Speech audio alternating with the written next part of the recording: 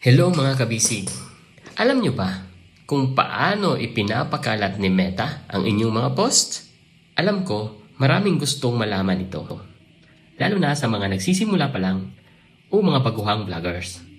Kaya nag-research ako tungkol sa Meta algorithm at ito ang nalaman ko. Pero bago ang lahat, ano nga ba ang algorithm? Ang algorithm ay isang computerized na system or AI na siyang nagdidesisyon kung anong content ang makikita natin sa Facebook feed. Ang Meta naman ay ang parent company ng Facebook, Messenger, Instagram at iba pang platforms. Pero bago tayo magpatuloy, mag-comment at i-share nyo muna ang post na ito para marami ang makakaalam. Salamat! Paano nga ba ina-analyze ni Meta ang mga post natin?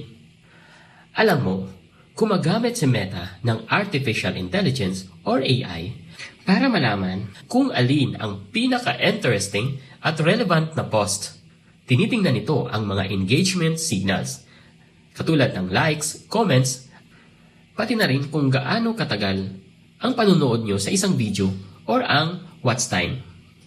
Bukod dito, sinusuri din ni Meta ang behavior mo sa Facebook, katulad ng ano ang interest mo, anong videos ang palagi mong pinapanood, anong mga pages at topics ang pina-follow mo.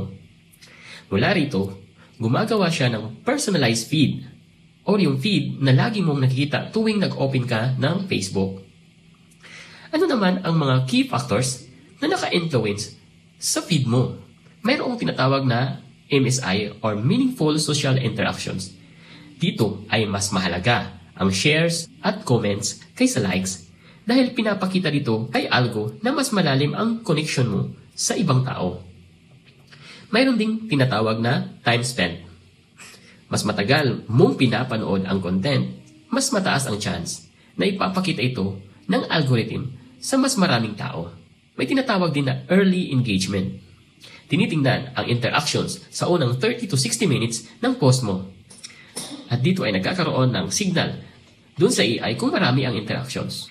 Mayroon ding tinatawag na relationships. Dito ay pinaprioritize ang mga post mula sa family, friends, at frequent contacts mo, sa mga followers mo, dun sa feed. Pang-apat ay ang tinatawag na content type. Ang mga videos at original content, mas maganda ang resulta nito sa algorithm. Ang panglima ay ang tinatawag na relevance and interest. Sa bawat click at search mo, nagbibuild si Meta ng profile mo at mas pinapakita ang content na related sa interest mo, kahit na galing ito sa mga baguhang creators. Mga kabisig, ngayon alam na natin ang mga key factors na nag-i-influence sa mga post mo dun sa feed at kay algorithm, katulad ng time spent, early engagement, relationship, content type, relevance, and interest.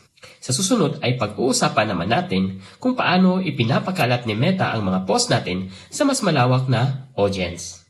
Maraming salamat sa panonood at huwag kalimutang mag-comments at i-share ang post na ito para may motivation naman ako para sa susunod na videos. Maraming salamat po!